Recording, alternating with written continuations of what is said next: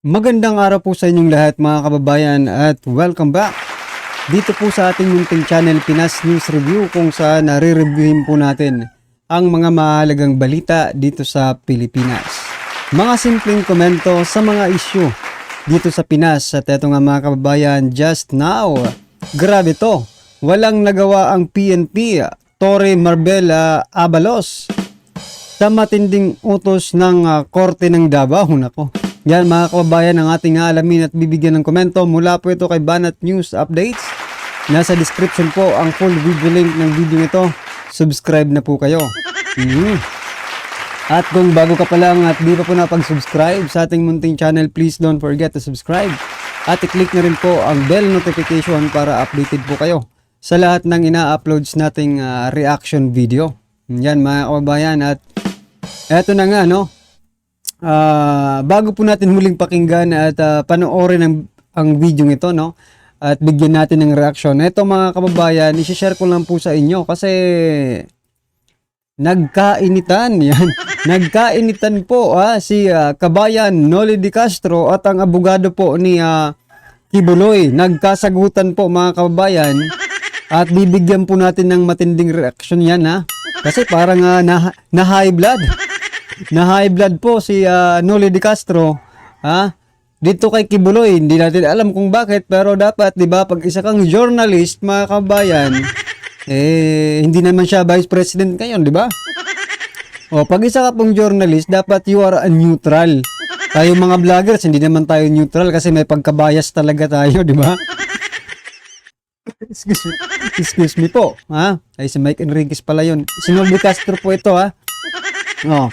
Yan, bibigyan po natin yan ng reaction maya mga kababayan. At eto pa, si DILG Secretary Abalos, may nilabas na naman po, secret hallway found at KOJC Cathedral. So yan mga kababayan, yan, bigyan rin po natin ng reaction yan, no? Pero eto na, unahin muna natin tong si Noli De Castro mga kababayan, ha? Eto, i-play po natin at pakinggan natin kung talaga bang ikaw kung saan mo gusto pumanig. Wala naman tayong hindi naman po namin kayo pinipigilan kung papanig kayo kaya Noli De Castro, but pakinggan po natin para mas maintindihan natin, no? Ang kanyang sarili, lalo na po ang isang tao na katulad ni Pastor Kibuloy na Son of God. Yan po ang view po ninyo, sir. Opo, yan ang view ko. Pero mali po yan. Hindi ako mali, hindi ako mali. Meron pong alternatibo po ang So yan mga kababayan, isang journalist ba ito? Ano, commentator? Hindi raw siya mali mga kababayan at tama siya. Ibig sabihin, palagi kang tama, Sir Noli. Ha? O ito, may ano ako niya mamaya, may ipo-point out ako mamaya. Tapusin muna natin to kasi nanggigigil din tayo eh. kasado, Sir Noli. Hindi ho, kung talagang wala siyang kasalanan, patunayan niyang wala siyang kasalanan at kami maniniwala kapag siya lumabas na at yung proseso ng batas, doon pa lamang kami maniniwala na wala siyang kasalanan, attorney. Remember, attorney ho kayo. Lahat ng attorney talaga ay pagtatanggol ang kahit pa kriminal ang isang tao, pinagtatanggulo ninyo, di ba? I'm not talking of Kibuloy. Oh, so yan mga kababayan, ngayon attorney na. Attorney naman po yung tinitira niya. Pero ito, gusto ko lang i-point out mga kababayan, yung sinasabi niyang sumuko, no? Sumuko si Pastor Kibuloy. Marami na pong instances mga kababayan, yung iba nga, no, na naging pugante sa ating bansa, ay na naging senador pa. For your information, former president ito di ba? Ay former Vice President Noli De Castro. Marami po sa ating mga kababayan ang naging pugante at naging senador pa ng ating bansa. Kaya hindi mo talaga masasabing pugante ka ngayon ay talagang habang buhay ka ng ganyan. Maaari kang maging senador eh. Like for example, no? Si Gringo Honasan, mga kababayan, Senator Gringo Honasan, di ba? Isa pa, si Senator Ping Lacson, nagtago din yan eh.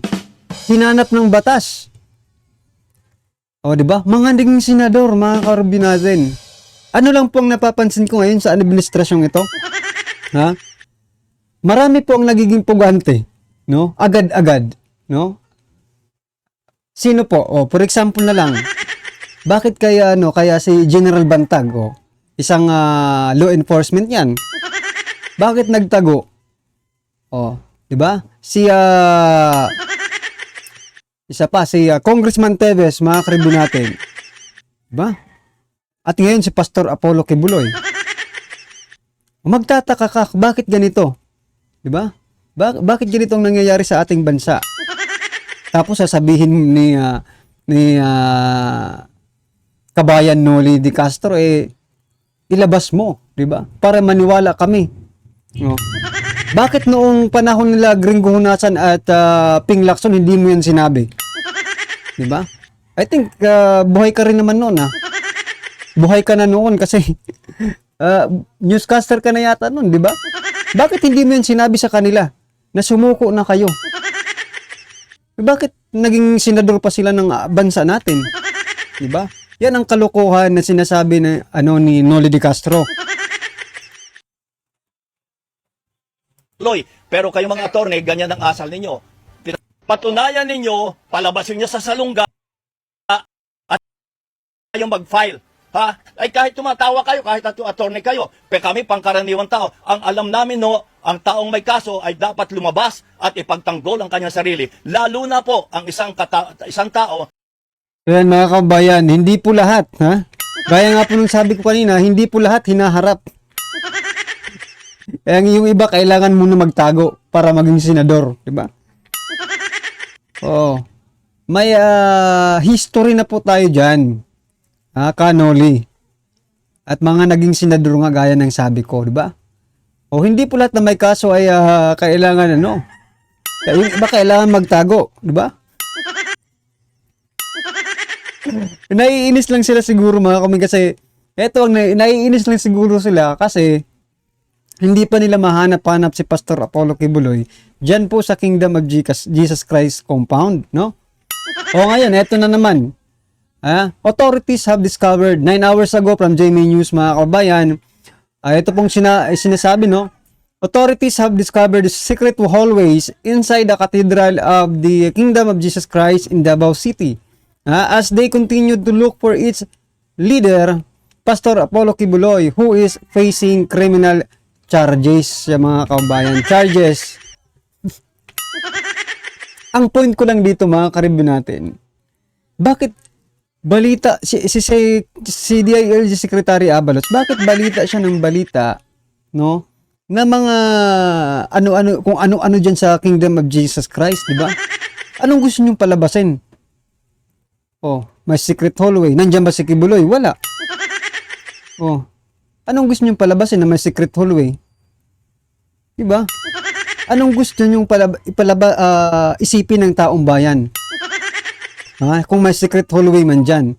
Sabi nga ng iba, lahat naman siguro ng simbahan ay may secret hallways eh. Diba? Ang point lang dito, bago sana kayo magsalita, ipakita niyo na si Pastor Kibuloy kung nandyan ba o wala. Di ba? Dapat yung caption dito sa balitang ito, no? May secret hallway na natagpuan sa Kingdom of Jesus Christ, pero hindi natagpuan si Pastor Apollo Kibuloy. Kita nyo na mga kababayan, di ba? Kasi tatakbo pong senador.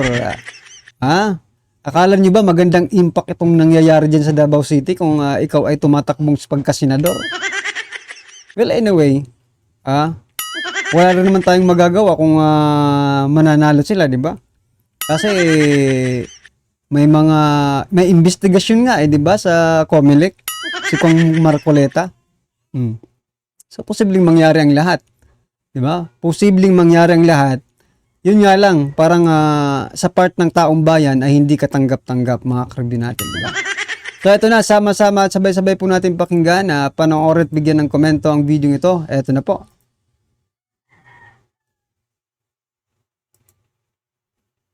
Ito ang nakakagulat matapos ang isinagawang tila masalimuot na paglusob at pinasok ng Philippine National Police ang compound ng Kingdom of Jesus Christ para hanapin at halughugin ang nasabing 30 hectares property na pagmamay-ari ng pastor na si Kibuloy Sa wakas, sa kauna-unahang pagkakataon, nagsalita na din at naglabas ng desisyon ang korte at binigyan ng temporary protection ang Kingdom of Jesus Christ laban sa PNP. Pero bago ang lahat mga ka-updates, kung bago ka pa lamang sa aking channel, ay mag-subscribe ka na at huwag kalimutang i-click ang notification bell para mas updated ka sa mga bagong videos na i-upload namin. At yun na nga mga ka-updates, tila nga totoo ang kasabihan, kailanman ay hindi mananaig ang kasamaan sa kabutihan. Victory is ours. Ito ang sigaw ng Kingdom of Jesus Christ, missionary workers at mga miyembro nito. Matapos nagbuni sa naging desisyon ng Korte Suprema na palayasin ng mga pulis na tila illegal umano na kinukubkob ang KOJC compound sa Davao City. Kasunod dito ay hindi mapigilang maluha sa kagalakan ng mga miyembro ng KOJC matapos ang paghihirap at tila di makatarungang ginawa sa kanila sa isinagawang operasyon nito sa compound ng KOJC sa Davao City at ayon pa sa kanilang mga social media posts. Maraming salamat Judge Mario Waves, mabuhay po kayo. Kanunay makatarungan, hindi gaya ni Bersamin, Executive Secretary ni Marcos and former Chief Justice, hindi niya mapayuhan si BBM. Yes, mayroon pa tayong justice na hindi nasilaw o nadala ng pera ng mga Marcos. Salamat Justice Suaves. Praise the Lord. Always justice prevails. I am so happy, prayed so hard. I even cried watching how they harass to all the KOJC members. Salute to Attorney Torion and all the lawyers working so hard. Mabuhay to all the vloggers, to SMNI team. You are all heroes. God bless. Salute. Meron pa palang hindi pwedeng bayaran. Salamat Ama, ginamit mo si Judge para sa kaligtasan at katahimikan ng Davao. Ipakulong lahat ang pulis at alisin sa trabaho.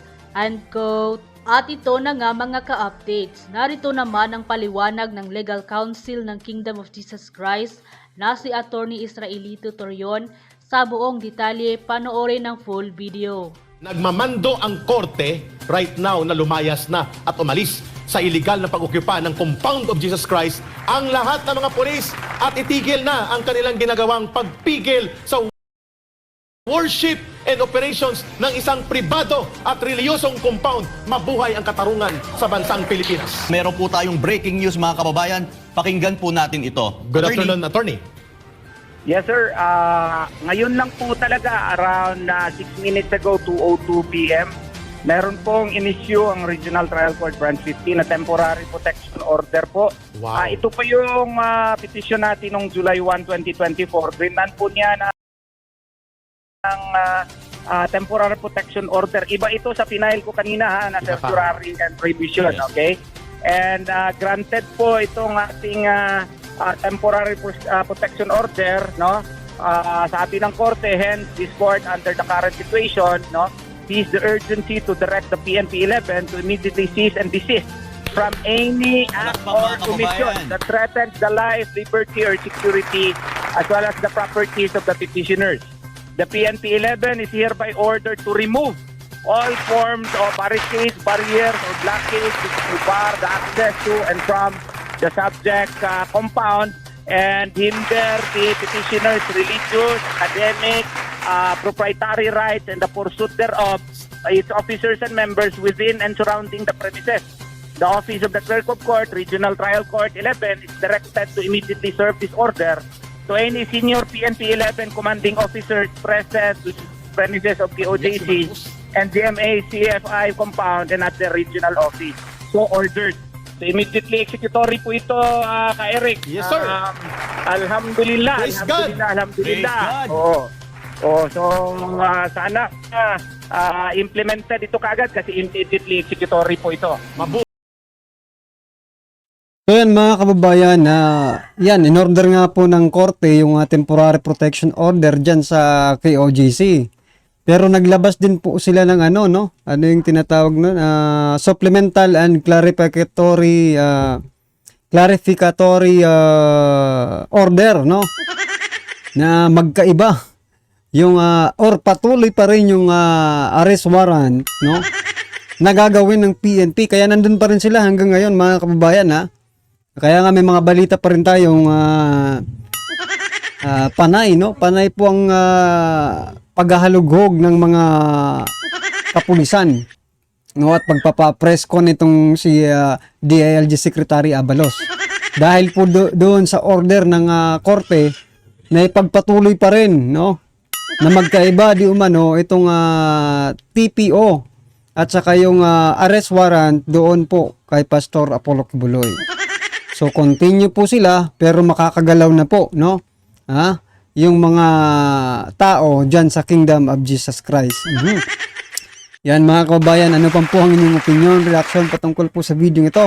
I-comment lang po sa baba para at least alam po ng ating mga kababayan ang inyong pong reaction patungkol dito, right? Maraming salamat po.